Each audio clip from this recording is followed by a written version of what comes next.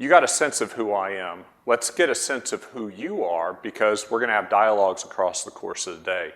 How many people here would say, we're well on our MBSE journey, we're here to share some ideas, gain some fresh insights? How many people are well on their journeys? Okay. How many people are, yeah, we've started, but we're really in that early phase on our model-based systems engineering? Couple hands. Okay. How many are working to spell MBSE and they really want to figure this stuff out? All right, then that's fair too. All right, it gives us all a sense. And each one of us is on an individual journey on model-based systems engineering. How we leverage this, not for theoretical, but how we put it in practice to advance our needs. Now, the interesting thing is we're all on our own individual journeys. We're at different points serving different needs, but we're also as a community on a collective journey. That's what brings us together here, because we should be a community of practice, sharing positive insights, things perhaps to avoid on this journey to a better future. I will caution us, however, that on this journey forward is also the path to ruin. If we do model-based and digital incorrectly, and there are some who are going down this way, we will not create the future that we seek, but we will create a, well, not a dystopian future, but certainly the path to ruin. What I want to talk about this morning is really where we've come from, where we think we're going, and perhaps how to stay more towards the positive future individually and collectively. So, as you think about model-based, as you think about digital, what do you envision? Do you envision a network of equations that allow you to operate and live on the efficient frontier of design, whatever the physics, whatever the performance of the system that you're building? That's certainly a form of model-based. How about high-fidelity physics at a systems level? Yeah, absolutely, that's model-based. How about your favorite architectural representation set? Here it happens to be an activity diagram representing a process flow. Okay. Or are you really looking towards the future and you're Iron Man and you want to build that suit like Tony Stark? All of us have a sense of where we want to go. And we are a generation who's living through the transformation not only of systems engineering, but engineering overall. Before you get to the future, though, it's important to understand why are we moving and where did we come from? Because this journey is a trajectory, and to understand the path informs the future. So the context around systems has fundamentally changed. I'll speak as a systems engineer. That is my career. For 30 plus years, I've been a systems engineer. Since that term was coined in the 40s or 50s, the types of systems and the technologies that we've used have fundamentally changed. Now, it began with, we'll use a metro here as an example. It began with pure electromechanical technologies. That was the only technology that we had at our beck and call in the 40s and 50s. What are the characteristics of electromechanical technology? Well, we've built with mechanical for thousands of years, electrical for 150 years, 200 years. But the coupling of those, the way that you interconnect them is relatively simple. So you can have hundreds of thousands, millions of parts, but the way they interconnect is relatively simple.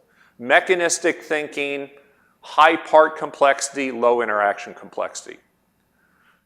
Then go to the late 50s, 60s, 70s, certainly transforming in the 90s, and you have the rise of software-intensive systems.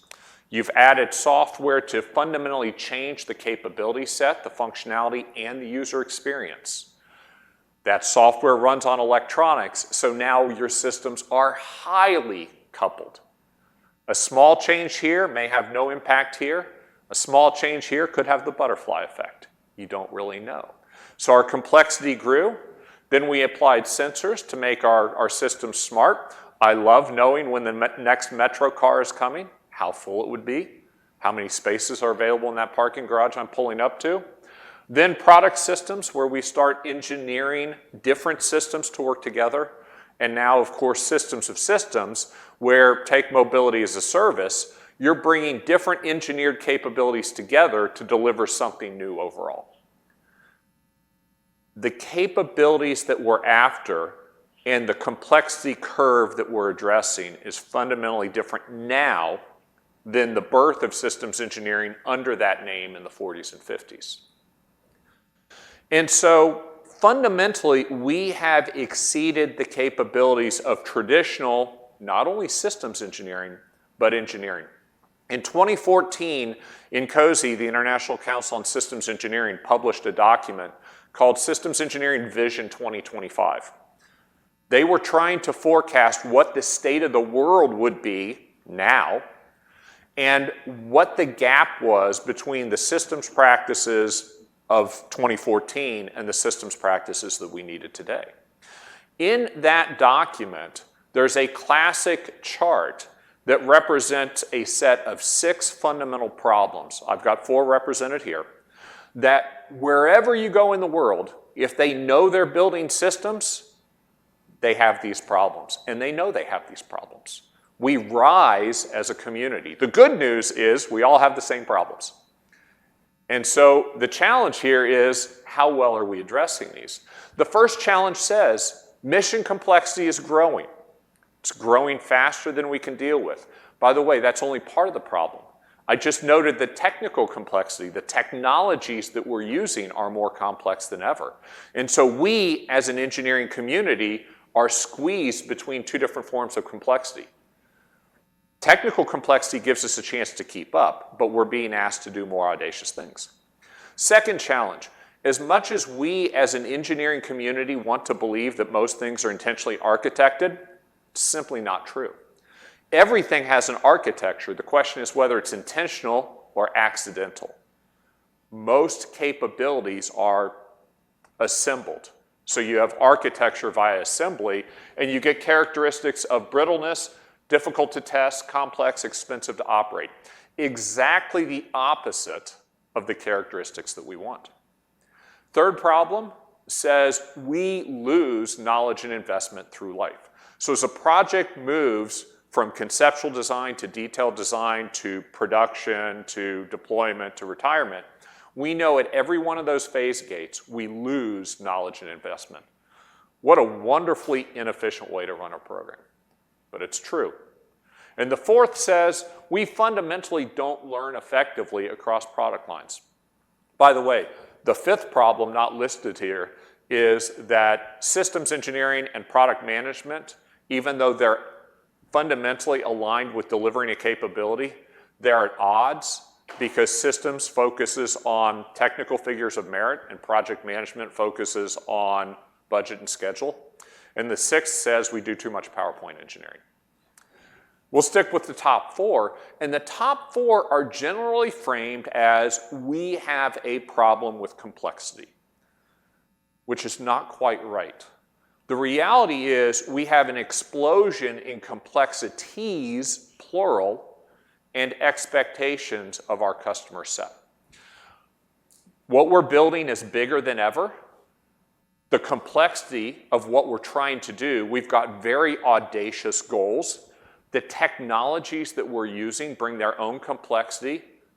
Electronics, software, AI, ML. Each of those is more complex than what came before. There was a day when you could gather your entire project team in one room. Not true anymore. We span organizational boundaries, we span geographic boundaries, we span domain boundaries. We each speak a different language. Dynamic complexity, the shape of the problem changes as we're trying to solve it. Build to order, every customer wants something slightly different. And cycle time, that's great, can you do it even faster? Deming famously said, survival is optional, okay? No, you're not required to change, survival is optional. If we want to survive, we must change to address this context. And so let's look at what we classically did and therefore how we must change. Lay in a classic 15-2-8 life cycle. Engineering is done by people, so we'll lay in the people. Requirements came from some all-knowing being.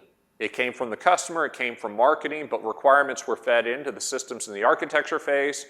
We produced more detailed statements we called specifications. We turned those over to detailed designers. They produced design, and we transformed a stack of paper into file cabinets of hopefully knowledge. It was a largely linear process. It was a relatively slow process, but it was a relatively fit-for-purpose process because the technologies that we were building to, electromechanical, were low coupling, relatively stable, and so we could absorb those things. This is not fit for purpose for high complexity, high velocity type systems. So what we're talking about when we do model-based is fundamentally how do we leverage the unprecedented digital power. Now, when we think digital power, we think computational, and that's very, very important, but it's only half the story. The other part of digital power is the unprecedented data storage. And so what model-based is, whether you're talking about CAD, electrical systems, or even digital engineering, is how do we take the unprecedented computing power to better represent, better analyze, better communicate the information we need to do our jobs. Fundamentally, model-based systems engineering is just about saying we can more explicitly represent our data. And explicit is better than implicit. Clarity is better than ambiguity. And through this power of computational, we can have higher fidelity understandings across this diverse project team. It's actually about the data. Yes, we may encode that data in various documents, in various drawings, in various whatevers, but we need to get to the data to properly communicate and analyze. And ultimately, it is about computation, communication, and access to the right data. So model-based, whatever you're talking about, is just about using that digital power to advance these objectives. And so if you look at that and look at how have we as an engineering community begun to deploy this over the years, well, it started, in my opinion, with product lifecycle management. Really, at the end of design, in order to control information for manufacturing and operations. Did PLM have a feed into the early life cycle? Yes, but PLM, when it first deployed, was more about manufacturing control, configuration control, etc. Then what did we do? Well, the design phase, obviously you think of MCAD and ECAD and ALM, Application Lifecycle Management, bringing the power of digital to the design phase. Then in the 80s, we jumped to the very front of the life cycle and we replaced those classic requirements documents with requirements databases. And then, well, we've got these laggards in the middle called systems engineers who are the last to make the move. Now, as I said, I am a systems engineer. There's a reason that we're the laggards. And it is not that the other aspects don't have their own challenges, they absolutely do. But the scope of our challenge in systems engineering is a little fuzzier because of the uncertainties of what we're doing in various systems, of the communication, of the domains that we have to communicate, etc. So the transition from traditional spec writing to model-based, well, that's been a longer journey. So let's talk about that journey for a second. Let me ask you the question. Model-based systems engineering, how long has that been around? Guesses from the audience? And Steve, you're not allowed to answer. Go ahead, Natasha. So if I remember, like one of the first article mentioning MBSE, something like that, was like 1967, something like that. Okay. So it's on a, like first words was not recently, it's quite old. Yep, yep. Perfect, Natasha, thank you. So if you look for the language model-based in the context of systems engineering, you're going to find it about 22 or 23 years ago. It actually started out as model-driven system design. It then became model-based systems engineering. But if you really go back in time, the journey is at least 40 years old. I can point to tools that were built in about 1986, commercially available. They weren't called model-based tools, they were called computer-aided systems engineering tools. And then if you look at the foundations, Natasha's exactly right. This journey goes back about 60 years. Well, I'm going to constrain ourselves to the model-based systems engineering journey. And if we look at this journey, some of the earliest language comes out of INCOSE Vision, not 2025, but Vision 2020, published back in 2007. This is a definition that is still widely used that basically says model-based systems engineering is about the formalized application of modeling to support systems engineering. Kind of a self-evident definition, but it is stuck. In about 2010, we saw this diagram emerge, which shows a movement from traditional representation of knowledge in document form to some newer, sexier visualization. What kind of information are we dealing with? Specifications, interface requirements, design, etc. Moving our centricity from document to model. And then, as Natasha mentioned, I was the INCOSE president in 2014-2015 at the INCOSE 25th anniversary Systems Engineering Conference. I had the pleasure of delivering the opening talk. And out of this talk, I included aspects about model-based systems engineering. Obviously, we were about 10 years into that journey with that term. So which were we working with? Did we want the architectural, the descriptive architectural, or the analytical capability? We saw both those types of models early. And moving from data capture to heuristics and wizards, I think we'll call that AI and ML now.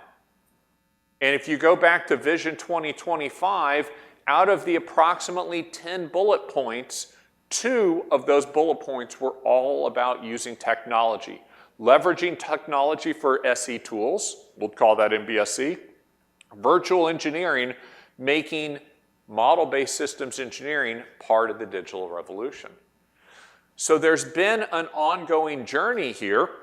That journey continues as INCOSE looks at Vision 2035, published 4 years ago now. Out of 10 fundamental points, 2 of the 10 again are about model-based systems engineering. It is transforming how we do our work. What do we see the state of the world now, 10 years in the future? MBSE integrated with simulation, multidisciplinary analysis, and immersive visualization environments is standard practice. We don't have these events anymore because it's just the way we do our job. Systems engineering tools and environments enable seamless, trusted collaboration as part of a digital ecosystem. There are 2 more advanced statements of what was stated in Vision 2025, but you see all these aspects that we're after. Okay, great. Fast forward, just 45 days ago, thereabouts, SysML v2.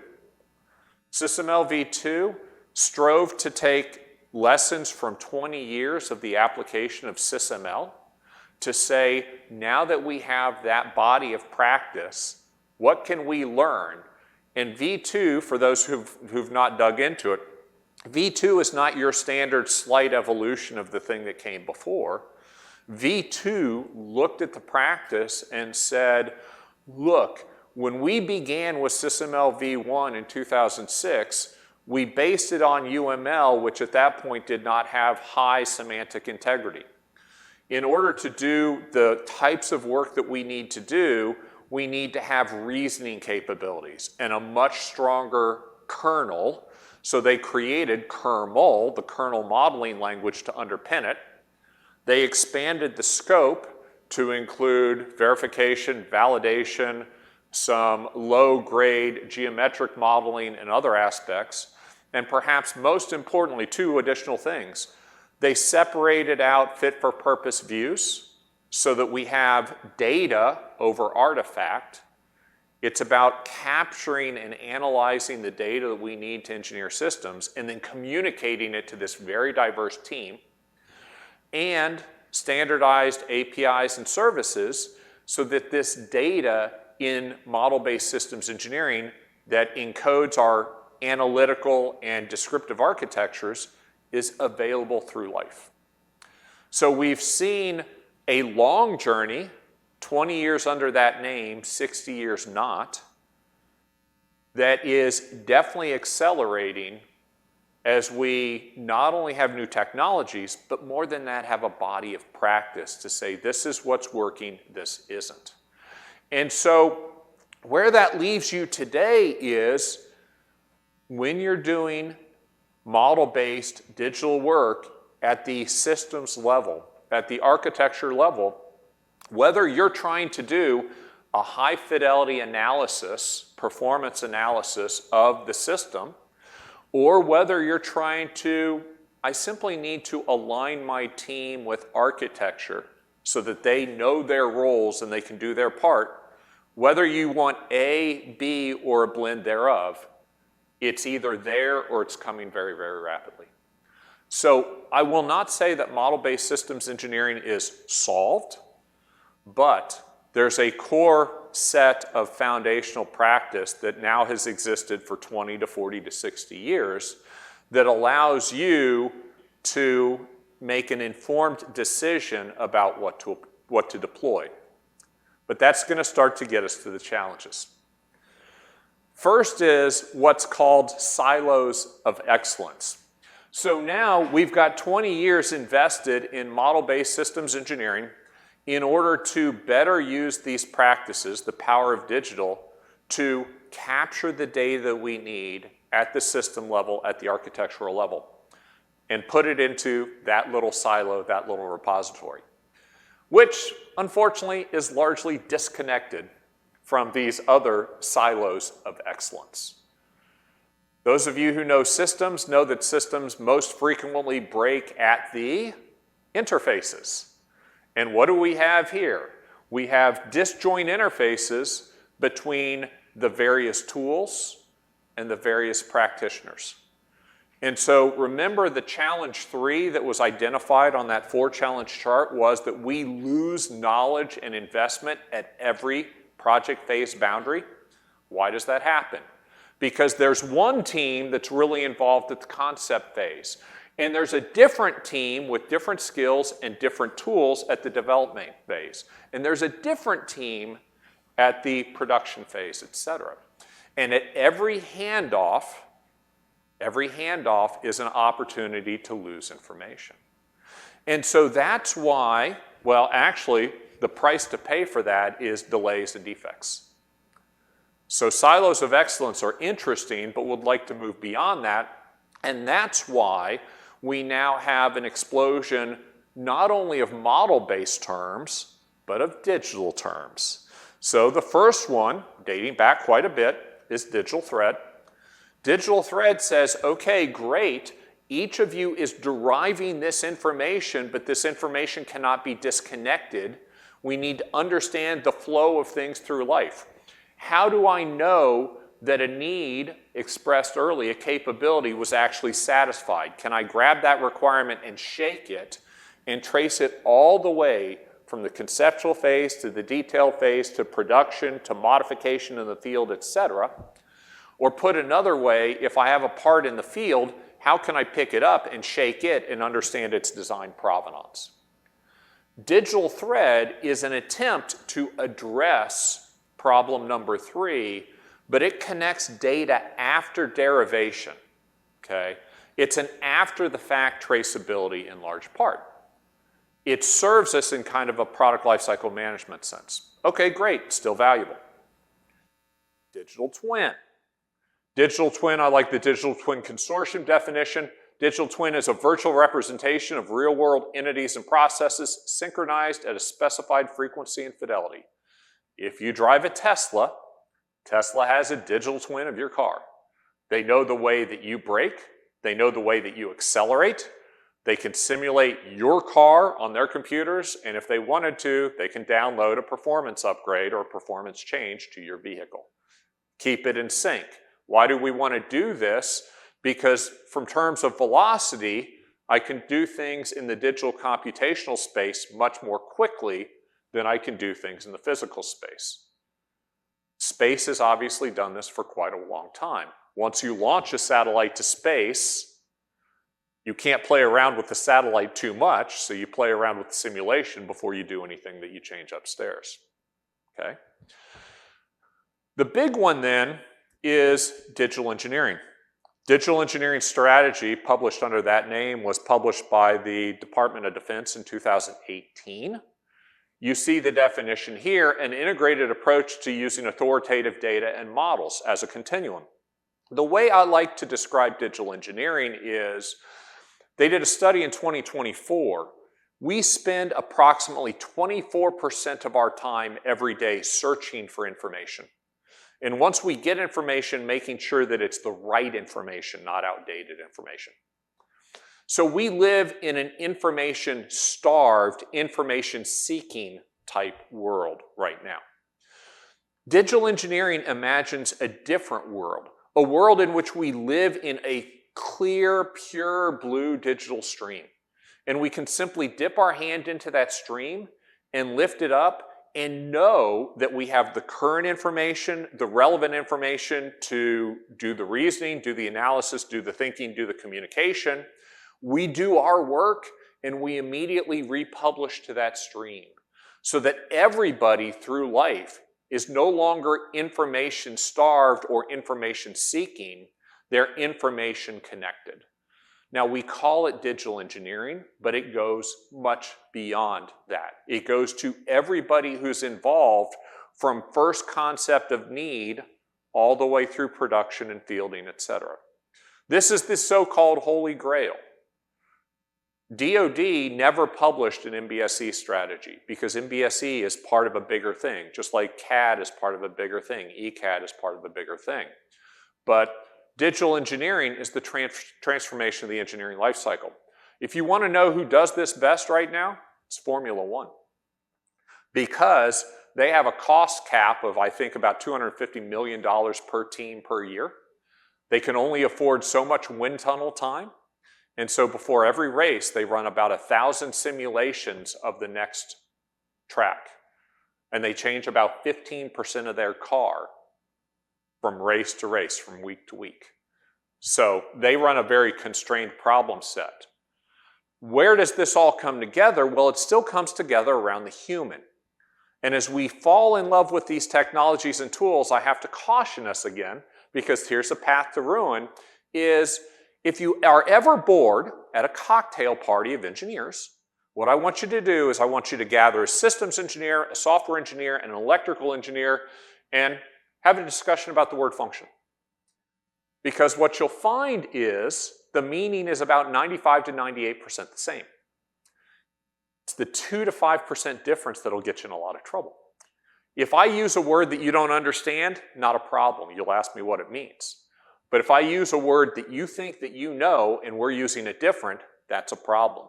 We're trying to connect these people at the systems architecture phase because we need their subject matter expertise, but at the digital phase, and our concepts are slightly different. Oh, and by the way, then we've got everybody else together going, what's a function?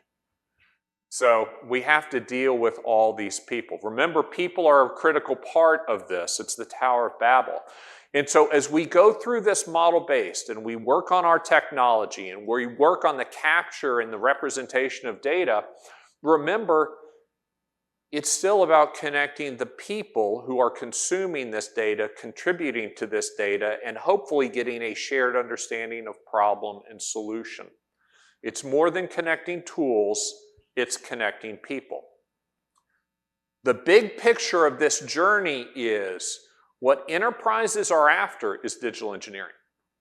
It is the enabler for the modern engineering enterprise. It's what promises unprecedented time to market, quality, cost reductions, okay? Agility, responsiveness, all those characteristics. That's what the enterprise wants, whatever the enterprise is. What powers that enterprise is MBSE, because it's the architecture that binds the system together. And so likewise, it's the data about the architecture that binds the digital engineering world together. Systems engineering is the technical connective tissue. MBSE digitizes it, data fuels it. That's how these pieces come together on the good journey. Now, this is the way Nkosi chooses to represent what that glorified journey looks like a day in the life. You can look at this in detail later, but fundamentally think of a pure digital flow, AI ML enabled, high visualization enabled, where each of us is able to do, well, the analogy I'll use is, imagine you were an aerospace engineer shaping a wing. You wouldn't go to CAD and shape the wing and stop and then go off to a series of equations and run a solver or whatnot. You'll shape the wing and you'll immediately run a computational fluid dynamics simulation and understand, how's that changed my lift? How's it changed my weight? You could then feed that into a system level performance model, et cetera, et cetera.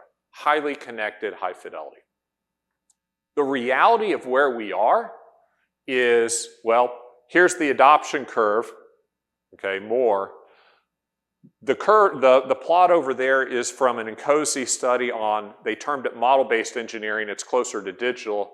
But what you'll see is, on a 5-point scale, most of us are bouncing around in levels 1, maybe bouncing out to 3 around requirements, but heavily in 2. Best in practice, aerospace or automotive, is only in 3. So we've got a long way to go. We may be on this, rise here, the technology trigger. We may be disillusioned. We may be on it. We're largely on enlightenment, I'll say, on MBSE. We're nowhere near the plateau of productivity. I'm going to quickly hit a couple points that I hope will keep us more towards that plateau of productivity in the future. And this is systems thinking about deploying systems engineering and digital capabilities. A system is a system is a system. The first thing is, digitization and digitalization are two very close words, and they are very, very different. Digitization is taking what you do today and doing the same thing digitally. It is a marginal step of progress. It's necessary, but it's marginal. Transformation occurs when you digitalize, which is when you reconceptualize what you wanted to do natively in the power of digital. Don't confuse the two, leverage them. Digitalization causes you to rethink workflows, et cetera, so it's much harder to do. The two of them together get us to digital transformation. You need to appreciate the full scope. There's data structured with models, powered by tools, running on electronics. All of that has to be version managed and controlled. There's the human layer working with it, the individual and their relationship with their workflows and data, the team and the enterprise. And through it all, we're talking about information management, curation, protection of IP, security, access, effectivity. The scale gets large. This is an organizational change. This is a discipline change challenge, which means there are a number of traps to avoid. First off is thinking that it's a technology problem. Technology helps us, but this is about how we represent and leverage our knowledge. That's a human problem, okay, which makes it an organizational change problem. The second one is, and you guys are going to hear a lot of great ideas today. Please do not run back to your organization and try to implement somebody else's idea. The reason for that is your context is different than their context. Your culture is different than their culture. You may admire something that is done at NASA. You may admire something that's done at SpaceX. But their mission and their culture is slightly different than yours. And so even if you implement it perfectly, it won't fit. It's a round peg in a square hole. So what you want to do is today you want to take a lot of great insights and ideas back and then think about, what does this mean for my mission, my culture? How could I leverage the insights? But don't copy anybody else. Vendors are experts on their tools. You're experts on your problems. Standards enable us, but our job isn't to do them. Middle management. This is organizational change.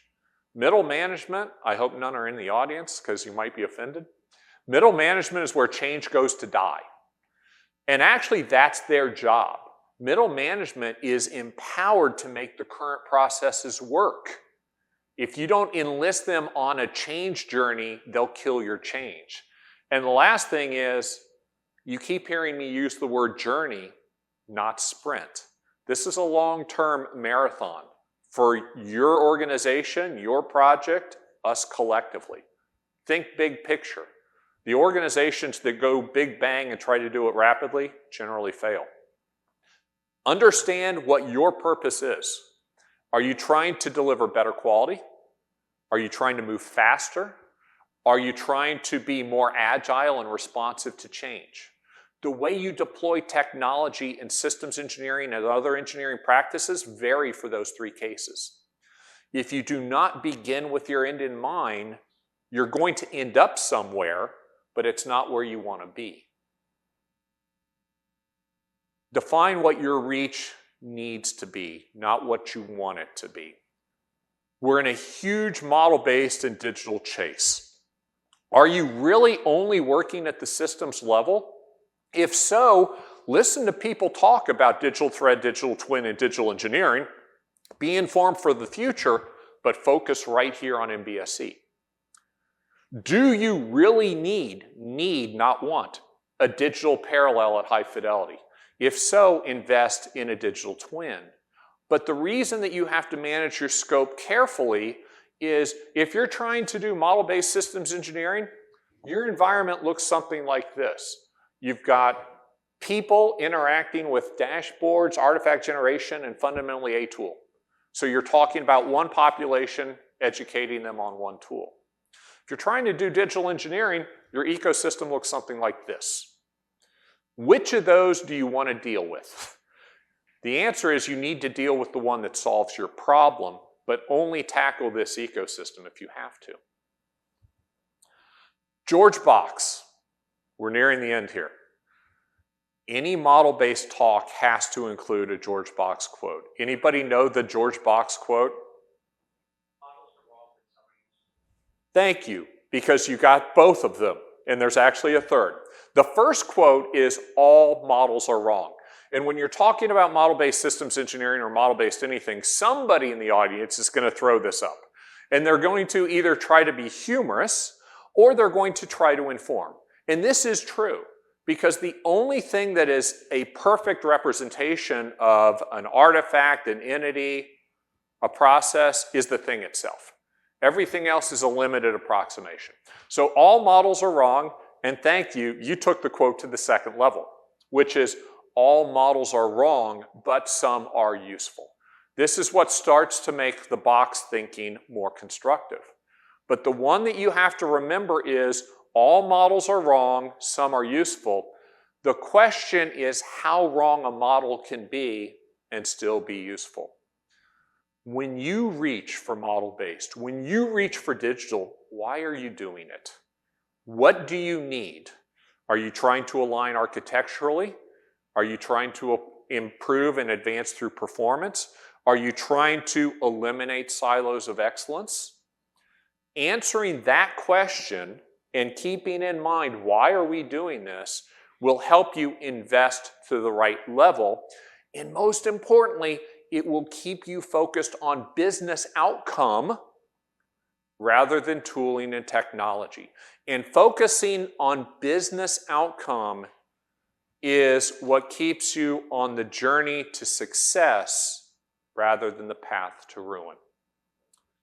And so here's how, in my opinion, each of us individually and all of us collectively can choose to create the right future. And I've written this in the form of the Agile Manifesto. It is about knowledge over artifact. When we go model-based and digital, what we're trying to say is we have represented data for years in the only technology that we had, the written word, maybe drawings. But through the power of digital, we can do it better. And so let's capture that data and focus on the data. Once we have the data, then we can encode it in artifacts for communication purpose. Artifacts are wonderful for communication, terrible for data storage. It's about the principle over notation. I mentioned SysML v2. There are other notations and languages for systems engineering. I hate the religious debate that is, no, you showed a diagram that's not SysML v2 compliant, I'm not talking to you. No thanks, I'm not talking to you. What I'm worried about is, are you able to do your job? If SysML v2 is fit for purpose for your engineering needs and your culture, God bless, go use it. But there are other answers as well. Don't get into an engineering debate over notation. Understand the principle that you're after. It's about the capability, not the tool. Same debate. This one hurts my heart as an engineer. As an engineer, I want to say analysis. That's what we're here for. We solve problems and we do so in an analytical way. But as a systems engineer, my first job is to align a greater multidisciplinary team to get shared understanding of problem and solution. And that means if you're at the systems level, your first obligation must go to communication. Your second obligation goes to analysis. Because if you have misaligned players, you can't analyze yourself out of a paper bag, for that matter. It's about connection over silos. And this goes even if you're only doing model-based systems engineering. If you're doing digital engineering, then you need to think about how are you going to feed the digital thread, digital engineering, et cetera. If you're quote-unquote only doing model-based systems engineering, which is still large, how are you connecting to people, other data sources, et cetera? It's about looking outward to the engineering life cycle that we enable as opposed to staring at our own feet, looking inward at our own needs. Systems engineering was never designed to be a silo. That's what we've become. Systems engineering fulfills its role when we recognize that we are a transdisciplinary connector of a bigger engineering need. Which gets me to the last bit. The parentheses go around the MB and the D, not the SC and the E. In other words, it's model-based as a small lowercase modifier of systems engineering. When you prioritize the letters, you have to do it in the following order if you want to stay on the path to success. The most important letter out of all of those is E. It's engineering. Engineering is how we deliver value to our enterprise, to our customers, to society. The next most important letter for us is the S, systems, because that's our contribution to enabling the engineering life cycle. Then I will accept D, because digital is really about a different representation of data. And you're not going to get lost in that. When you start to focus on M and B is when you start to prioritize technology and tool over opportunity and outcome. And so focusing on model-based is the path to ruin. Focusing on engineering, systems, and digital is ultimately the path to success. I hope we'll all stay on that path, and we've got a couple minutes for questions. Thank you. When you had authoritative sources of truth, what's the relationship of that to verification and validation? And also, what's the relationship of that to all models are wrong? So I'll answer the latter part first. What's the relationship between authoritative sources of truth and all models are wrong? Authoritative sources of truth simply means, and truth is the bad word here, it should be authoritative sources of data. It means that we know where to access the authoritative best understanding of something right now. Is it in repository A or repository B, old school document A, document B? So that is what authoritative source of truth is all about. It should be authoritative data. Now, all models are wrong. A model then is just the best structuring of that data for a particular purpose. The models bring meaning and structure to the underlying data. Again, the model, even the best physics equation, is our imperfect understanding of the way the universe works. But, we have an equation for gravity. We go ahead and use it. It's a model for gravity. Verification and validation, well, there are two levels of that. One is at the system level, you are trying to verify the system of interest, and so that is its own data source, data, hopefully not silo, but a contributor to another authoritative data set. The other is, particularly as you start to work in the digital twin world, you have to maintain verification and validation of your digital twin. And so you've got a V and V representation not only with the system of interest, but also with the underlying data, the underlying models, and the digital twin. But I think the key to your question is, let me come back. We used the word, or the original phrasing in 2018 was authoritative source of truth. They are getting away from that phrasing, and it is authoritative data. And if we state it that way, it gets out a lot of the conceptual problems with a bad phrase. Does that answer? Thank you. Actually, it's a question from a real customer. Mm-hmm. What's the difference between digital thread and old-fashioned, it's his word, old-fashioned system integration? So digital thread it's simply the process of connecting all of that underlying data through life, okay? And as I said, digital thread does not have to be, it's an after-the-fact connection. As you do your work, as you've completed your phase, you tend to connect it so you can draw that thread through life and understand aspects. Now, in old-fashioned systems integration, we should have been building that same conceptual data model of how those pieces connected, but we didn't do so in a digital way. There was a lot of document-to-document traceability. There was a lot of understanding in an individual engineer's mind that this connects to that, et cetera. Digital thread is simply trying to, again, not use computational power, more so use storage capability so that the data that we should have always had is more explicit, more accessible, and knowledge over artifact. But the ideas were always there, we're making them more explicit. You mentioned that we shouldn't take away someone else's solution and try to implement it directly within us. But there's like an implied problem that that's underlying this, where different cultures or different groups are going to use digital engineering or model-based approaches differently, which make it difficult to integrate them together when we try to put these systems of systems together. Can you talk more about that? So it's a great observation, and thank you for making it, because it gets back to this, we don't all engineer in one room, et cetera.